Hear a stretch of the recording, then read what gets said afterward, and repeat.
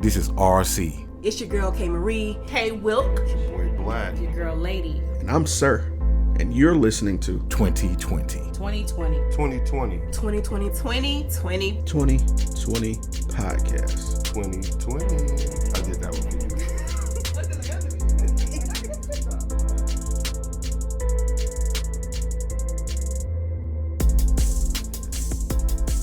Thank you for tuning in to another episode of the Business Minute.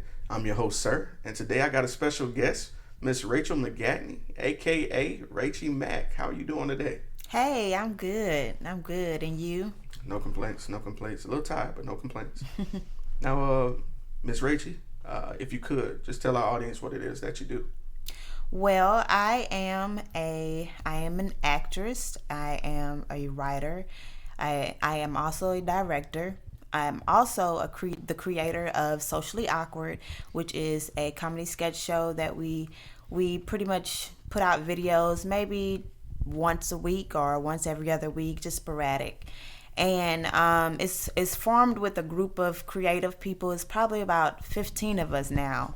And we just work together. We put together comedy sketch shows and we just try to entertain. Sometimes we do drama, but majority of the videos that we come out with, they're comedy. And that's pretty much majority of what I do. Okay. And make sure to go follow on Facebook and YouTube. But how long have you guys been active together? We've been active together since our first episode was Black Friday in November, but we formed together since September. I just randomly, I asked, I had the courage to ask everyone on Facebook, hey, who want to join me and, act silly together and put together some videos, pretty much. And, so a lot of people was like, hey, I want to do it. A lot of people said they want to do it. But when it came down to actually doing it, I would say maybe the people that still are with me right now, they are the only ones that actually came forward and did it with me and actually stayed consistent with it. Mm. We had a couple people that weren't able to do it, but majority of the people that are with me right now, they've been there since the beginning. And I just appreciate them because they really work with me because I can't do it all on my own. Right. And it's a lot of stuff that I can't come up with that they help me to see what I'm missing. Like some things I might think, like somebody can tap me on the shoulder and say, hey, Rachel, this is not funny. I need people to tell me that. And I appreciate them. They tell me that. My brother, he's so outspoken. He want to tell me, hey, this isn't funny. What what that mean? I mean, I don't even know I don't know why he put that in there. Whatever. But yeah. What were we talking about again? Oh, man. No, you're good. We was talking about, how long have you guys been active? But yeah, we've been active, I guess, since September. It haven't even been a year, and we formed together like a family. We try to, I try to have this family formed business. I don't want us to be hating what we do. I want to, every time we come together, enjoy to be together. We love each other. We try, sometimes we have our disagreements and we don't always get along, but then we come back together and we be, just like a regular family. And that's how I want us to always to be, because I hate the 9-to-5 type of environment. Nobody want to be at work. I want us to go to somewhere where we actually want to be there. And that's how our creativity starts to flow, because we want to be in this environment. Right. And that's what I do with my team. And I'm just trying to make us better and better each month, each time we get together. It still haven't even been a year yet, but we're getting closer and closer every time we get along, every time we get together and make videos. No, and I'll tell you this from experience, because we just hit our 1-year mark. Oh, really? That time will fly. Oh, okay. That time will absolutely fly. And the beauty of it is you don't notice it. Like you said, when you're working and doing what you love, it goes by so quickly. Yeah. And another thing, I don't know if it is for you, but with doing something that you're passionate about, you find it to be kind of sort of a catharsis. So when you are out there working, it may be a rough work week, but when you come back to the project you love, you can release that energy, really unwind a bit in what you're doing. So that's definitely something to, I guess, appreciate about doing something like that. Yeah. And so that leads me to my next question. Everyone has a start somewhere, something that created that spark. What inspired you to just go out there and say, hey, I want to do something that's funny? Will y'all come with me? What made you step out there and make yourself vulnerable? Because it's a big step. Well, something I don't think I ever told anybody this. I may have. I don't know. Scoop. I always wanted to be in a comedy sketch show. Like, I always used to watch MadTV and Saturday Night Live, and I used to watch all that, just all the little shows, Kenan and Kel, and that's not a comedy sketch, but you know what I'm saying. Just all the comedy sketch shows back in the day when we were kids, and I was watching MadTV. I wasn't even supposed to watch MadTV. Nobody was. Don't feel bad. And Saturday Night Live, learning about stuff I ain't supposed to be learning about. And that's what I used to watch, and it always inspired me to want to do this. And then I guess I just always, I already had little videos of my own by myself. I did little videos, and they were okay. They did pretty good, but not as good it is now, because I have a team with me that pushes me forward, and fill those little spaces that can help me to get better, and we just try to push everybody else to get better. All right, elevation. I love that. I love that. All right, so now along the way, you haven't quite hit a year yet, but you did mention that sometimes things happen. Some people may fall by the wayside that want to help but aren't able to. Were there any other obstacles that you encountered along the way to get to this point? Well, no real major obstacles, because we're still going in baby steps. But like I said, everybody that was with us at the beginning is not with us now. Had to make executive decisions, and also had to I'm a very nice person, and so it's kind of hard for me to be that mean person or to kick people out, and so I have to make decisions based off the group. I have to make wise decisions, and I can't use my emotions, and I have to cut the emotions off, and a lot of times it's hard for me to do that. And I guess that would be the only real obstacle, having to step into a field that I've never been in before. I've never been a manager before, so I'm pretty much, in a way, I'm kind of like managing, even though it's not a 9-to-5 job. It's a group of people, and we're trying to make it into a business. Well, really, it is a business. We're just not up there yet, the place that we want to be, but it's still a business.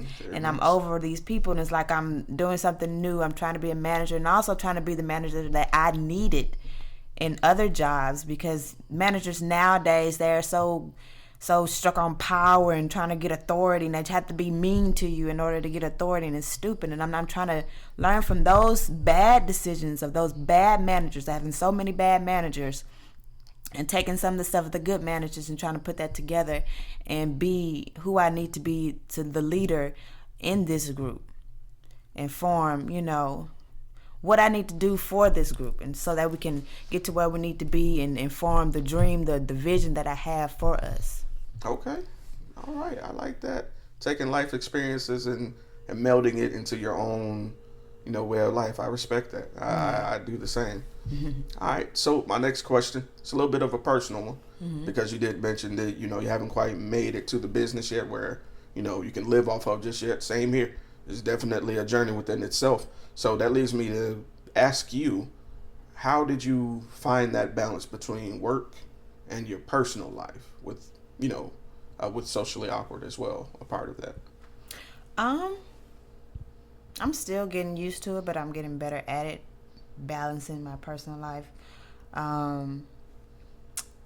Because honestly, I started this when I was dealing with a lot of personal stuff. So it's like, I guess I kind of became a pro at dealing with things while going through chaos. So, I mean, it's actually kind of a distraction from, I guess it was a distraction. I'm over the things that I was going through, but it was a distraction. It was helping me to cope with the things that I was dealing with. Right. So it kind of pushed me, hey, make sure you get this done, start getting this show together. And then also have my time to be a mom and do work and everything that I need to do personal life. But it's hard balancing it. I can't talk, but right. balancing it. But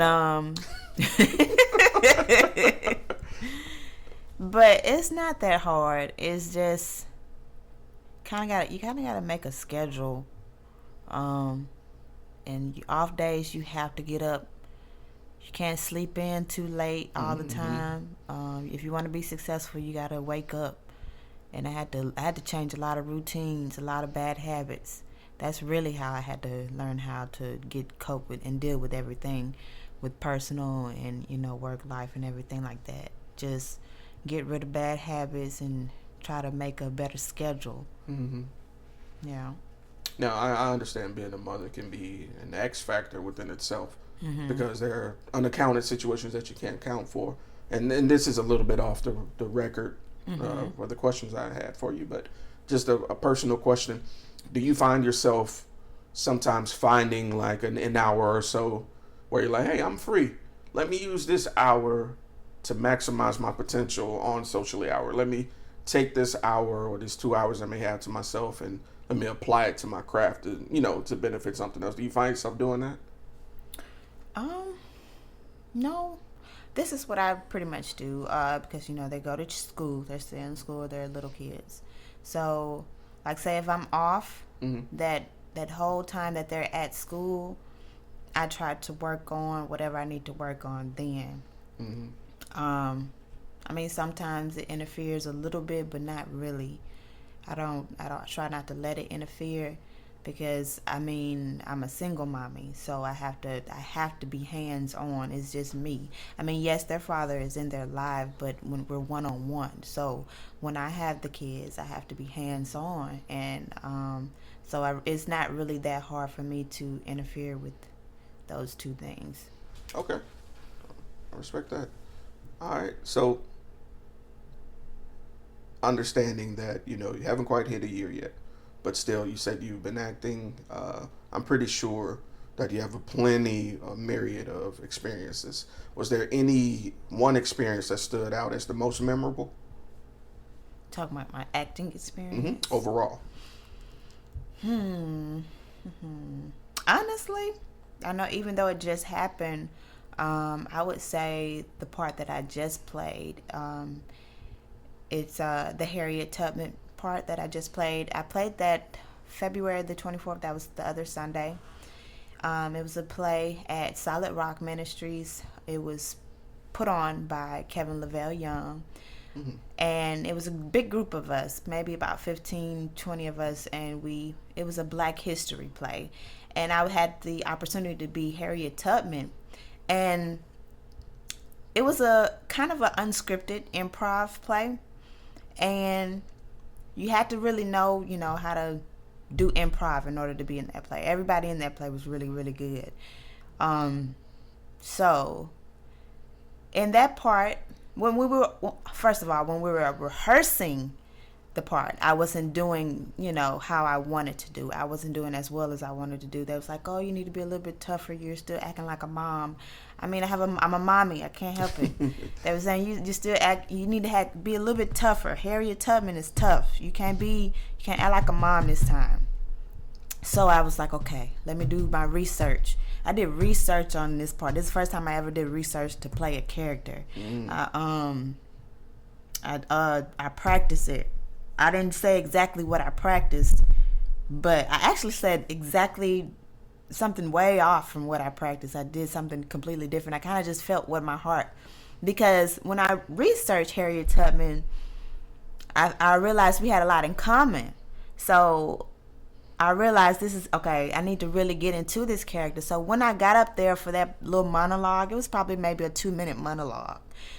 I was like, okay, this is my time to really show people who I really am and how good I really can be. So anytime you have an opportunity to be great, just be great.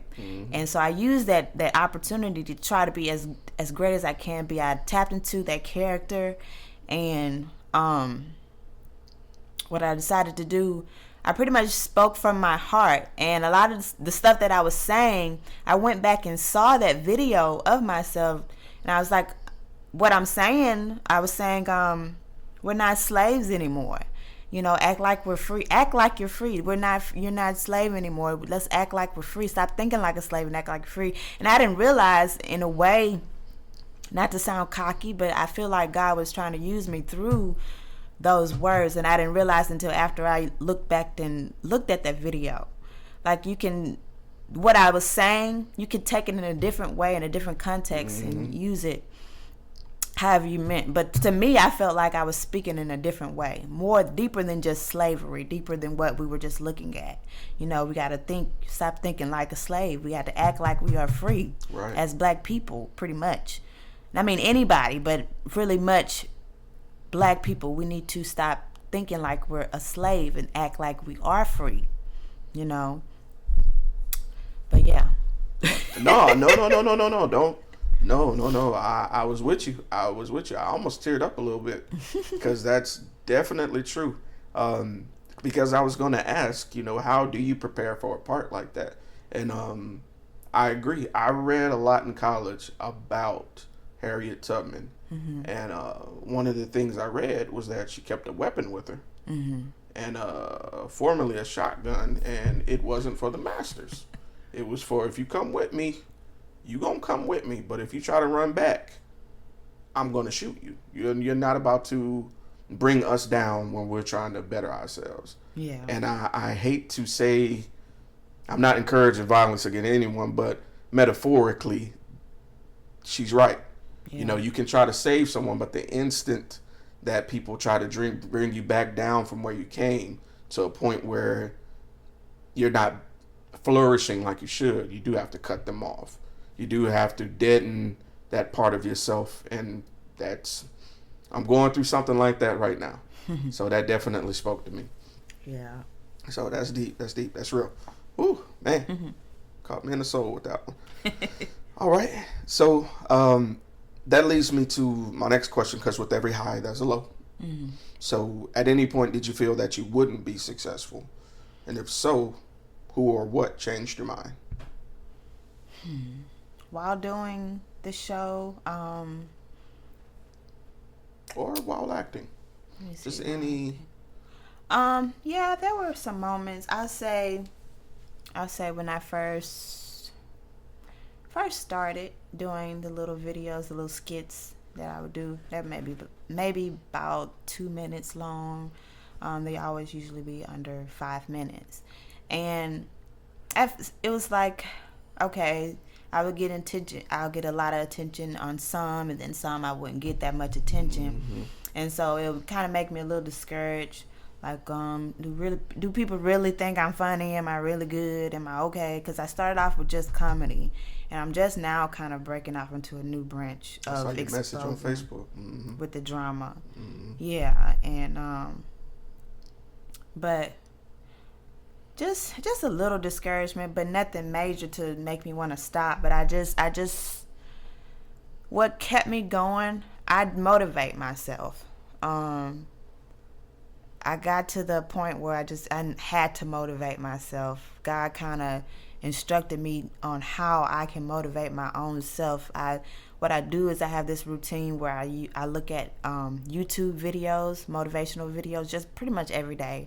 If not a motivational video, I'm listening to a motivational sermon or something inspirational to keep me inspired. I try to do it every day. Sometimes I get off, but that's like my routine. I try to do it in the morning, because the way you start your morning, your day, it travels throughout the whole day. Sure. You start in a horrible way, then you just go have a horrible day. So I try to be inspired and motivate myself. I can't wait for nobody else to motivate me, so I just motivate myself in the beginning of the day. And I just get so off track. What were we talking about? No.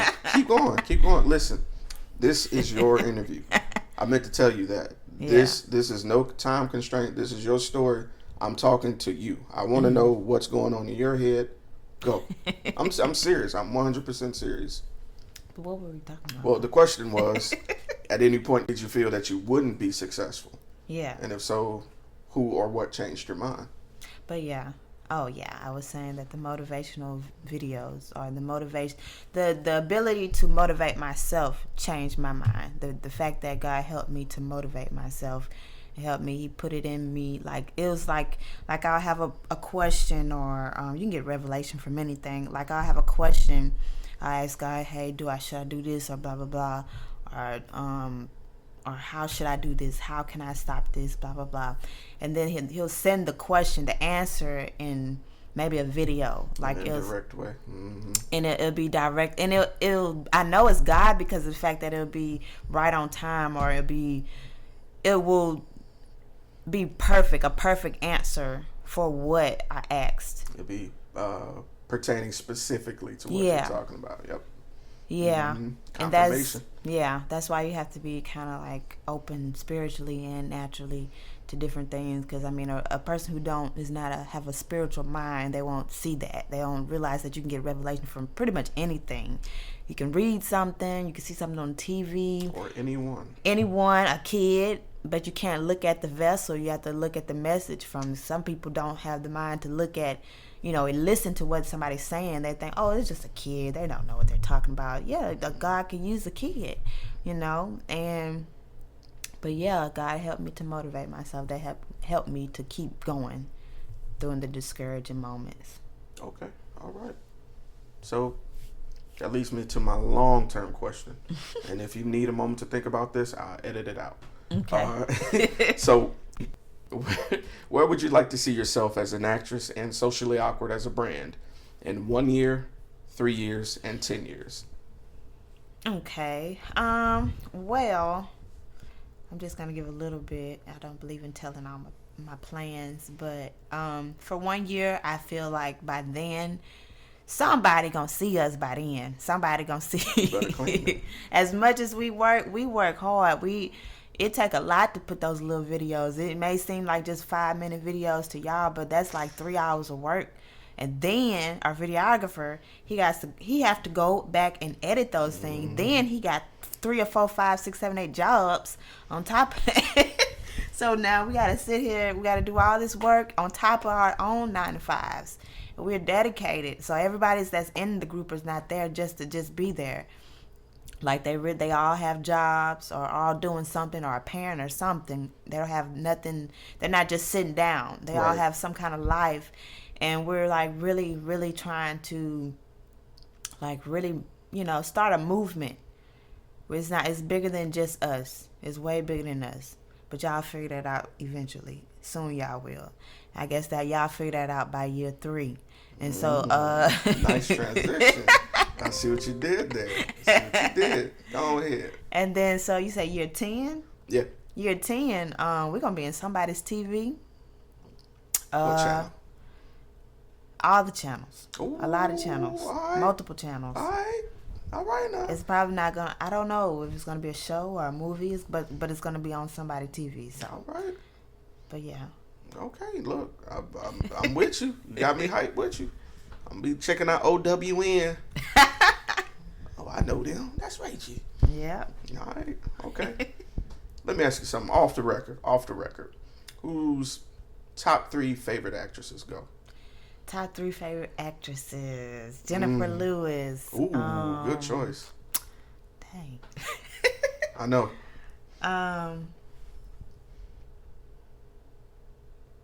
Who? Uh-oh. Let me think. Oh, Angela Bassett. Okay. Black don't crack, I'm trying to tell y'all. I really like Taraji Henson too. I don't have let me pick a few more. Go for 5. Can you do 5? Probably. I like and if I may comment on Taraji's angry face scares the hell out of me. Like, I legit believe when she angry. Mm-hmm. Like what was that movie she did? The cheating husband. God, it just came out not long ago. Did. Well, yeah, good point. Well, the first one being Baby Boy. The first Jody. She's always getting cheated on. Yeah, golly, that's true. I don't know what's Y'all better wrong. stop typecasting my girl Stop as. doing Taraji like God, that. I didn't. Stop cheating on Oh Taraji. my God! Wow. My You bad. said the one she just did? Yeah, it's like it's a word. yeah, it's the word basically for cheating. Not matrimony. Acrimony. Acrimony. That's it. Yeah, that was a good movie. That was crazy. And I'm not gonna give it away just for people who didn't see it, but it's a really good movie and it's twisted. As a black man, I feel like I ain't ish. I'm just gonna say that. I was like, man, we gotta do better. Cause not one time. I'm gonna be quiet.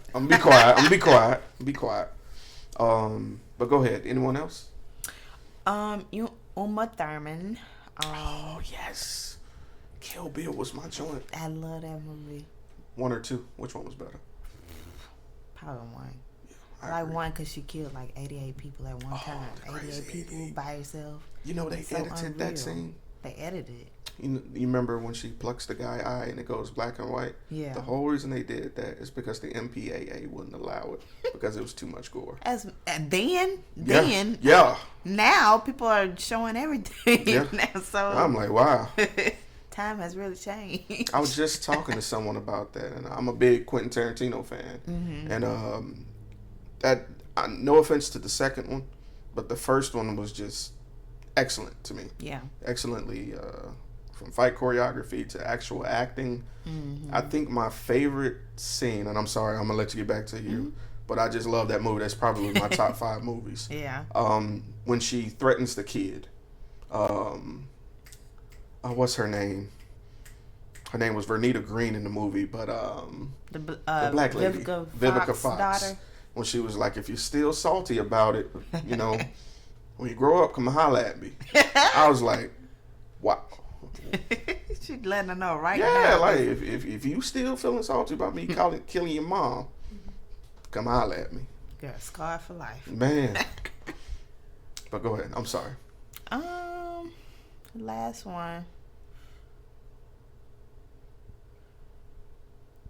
This one is mainly because of creativity. She haven't really done nothing that that stuck out to the whole world yet. But Issa Rae, I just like her as a person and how creative she is, and she has some of the same goals and things going on that I'm trying to get to. Like we're very similar as well, and that's why I like Issa Rae. Pretty much because of who she is and what she do and more than her career. Yeah, more than just personality. yeah. As far as a person, yeah, I really like her. Okay, all right, I respect that. So that leads me to my final question. After fanning out on you, geeking out, I should say. My final question I dedicate to the person that's listening to this interview, because you never know, but they might be listening to this before they take that leap and that gamble on themselves, you know, doing something that may have never been done. So what words of encouragement would you have for that person who's starting out on their own? Okay. If you're starting on your own, you have to, even, it don't matter how tough it get, you have to keep going, and don't let what people say about you discourage you. Because people gonna say a lot of things that's opposite of who you really are. Like people said a lot of things about me that I'm not at all. Like people take who I am the wrong way all the time because they haven't gotten a chance to get to know me. But it also is myself. I had trouble in the past where I didn't let people get to know me.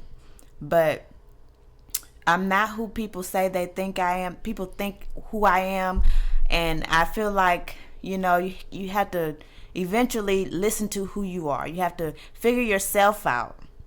Make sure you figure who you are out, because if you don't figure who you are out, then what other people say are gonna just get into your head, and you're not even gonna know who you are. Like people probably thought that I was stupid, or like people thought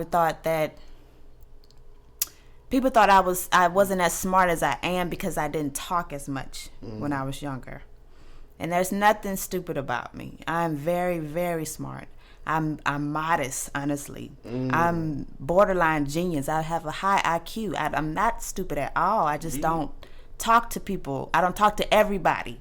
And I have enough common sense to know who not to talk to and who to talk to, because some people have bad spirits and some people I just stray away from. Like, you know, and some people think that I'm not good enough because I don't have a lot. You know, and that doesn't have anything to do with anything. And also, sometimes people, let me see, I'm trying to think of things that people misjudge me about, and that this is the reason why I'm saying, and then I'll get into why I'm saying this. I had a baby out of wedlock. People thought I was going to have an abortion. I kept my child. I got married and got a divorce. I still kept going. I dropped out of college. I still kept going. You do not have to be what people think you're going to be. You do not have to be what society wants you to be. You don't have to be what your parents want you to be. It does not matter. You be who you want to be. You figure out who you are in yourself so you can be confident who you are, so that when people say, oh, you're stupid, you know you're not stupid. You got 120 IQ. You're not stupid. The people say, oh, you're an idiot because you come from this bad background or this bad area. No, you know who you are. You're not your environment. And people think, oh, you're not going to succeed because you had a baby early as a teenager, or you got a divorce. That does not stop you. If anything, the things that you've been through should make you push harder. You put your pain and your passion, you put that stuff together and put it and apply it to where you're trying to be and where you're trying to go. And just always stay encouraged. Don't listen to other people. Listen to you just follow your heart, your intuition, and listen to what God tell you to do, because other people don't always know what they're talking about. So you listen to what you feel in your heart and listen to what God is telling you to do. All right, man. Woo, Lord have mercy. All right, I'm speechless. I can't even sum that up again. No, you're right. You have to be confident in who you are, so that other people's thought of you or their perception of you doesn't affect how you see yourself. So wholeheartedly agree. That's something that a lot of people don't get to learn at an early age. You know, we're in an age of media and spin, and people can turn anything to look like anything just with a couple of types on the keyboard. So it's important to know in yourself who you are. Self-confidence is everything right now, because a lot of things are fake out there. But Miss Rachie, if anybody wanted to get in touch with you, or if they wanted to see more work of yours, or wanted to see more work of Socially Awkward, you know, how could they get in contact with you or see more work that you guys have been producing? You guys can go to Facebook. On Facebook, you have to type in Socially Awkward, no spaces, Socially Awkward, GCSS. It will be a show. It's going to be gold and black when you see it on Facebook. And then also you can follow us on YouTube, Socially Awkward, GCSS on YouTube. Type that in the search bar and it should show up all of our videos. From now to all the way back when we first started.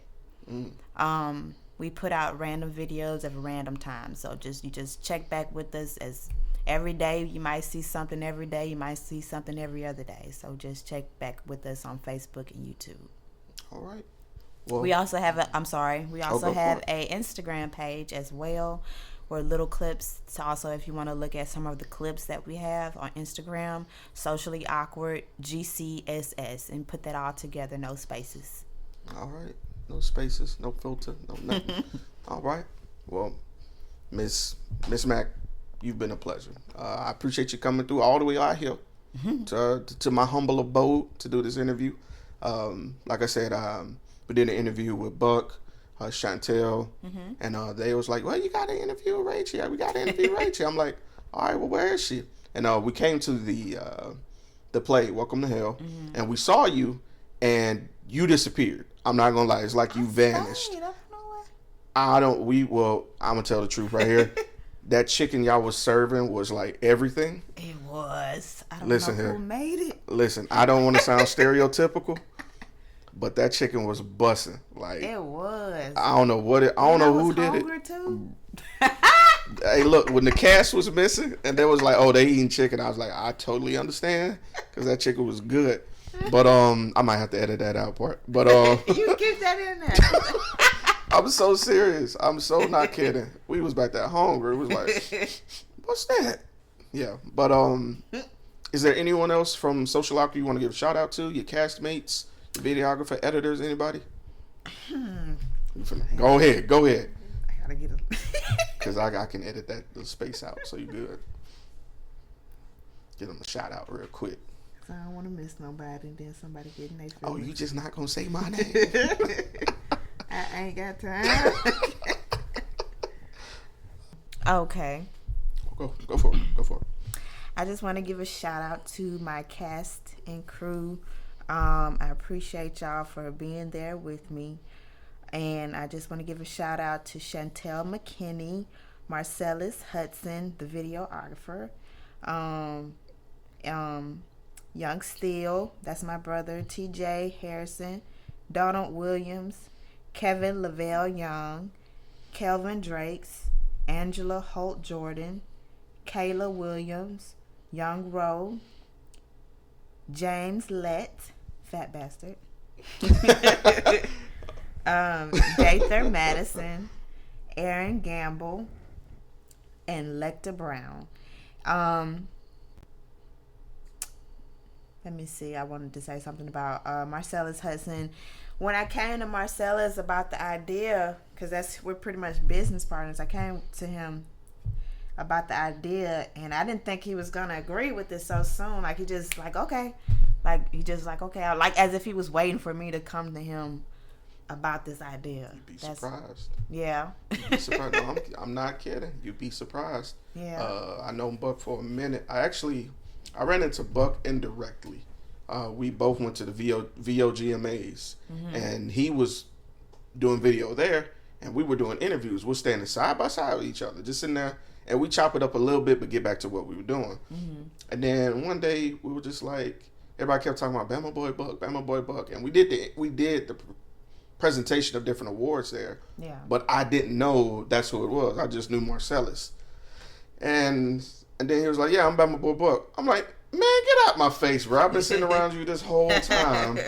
And we're cool. That's my boy. That's my boy. He been introducing me to a lot of people, and just I really appreciate him too. Humble guy. Yeah, he's real humble. I actually just interviewed his mom this morning too. Oh, really? Miss Andrea, she's sweet. Yeah. But but yeah, we had my brother. He's the one who made we have like this little intro music. I'm glad you said that because I'll come back to that. We have this little intro music. Let me see if I can find it real quick. He made it for us. He made it a long time ago. It's crazy how things just work together. He just put it together for me a long time before I even thought about the idea. But I saved it. I was like, nah, I don't want to use it for this. I don't want to use it for this. And I had to think, okay, this is what I want to use it for. That's Jodeci. Yeah. Hey, I like that. But that's our intro. That's our little theme music. No, for the show. That's dope. I love that. I'm looking to hire somebody to do our intro because right now I'm the only one who does our music, and it's cool, But it's like, don't get me wrong, I like what I do, but I know there's people out there that can do better, like leagues better, and I want to get somebody to do ours like that because y'all's is dope. Y'all production value, that's what I'm trying to get. I'm for real, not trying to flatter you. I'm so serious. But Thank you. No, y'all are doing great. I'm definitely proud of you guys progressing this far and not even at a year yet though. Yeah. Like that's something you got to sit back and really absorb because you can't compare your now to somebody's 3 years, 5 years, and that's what you really don't see behind the scenes. You just see somebody successful, and you're like, man, I ain't there yet, but little do you know they've been doing this for 15 years or so, so. But yeah, I really appreciate you. You've been a pleasure. That's it. We out, man. All right.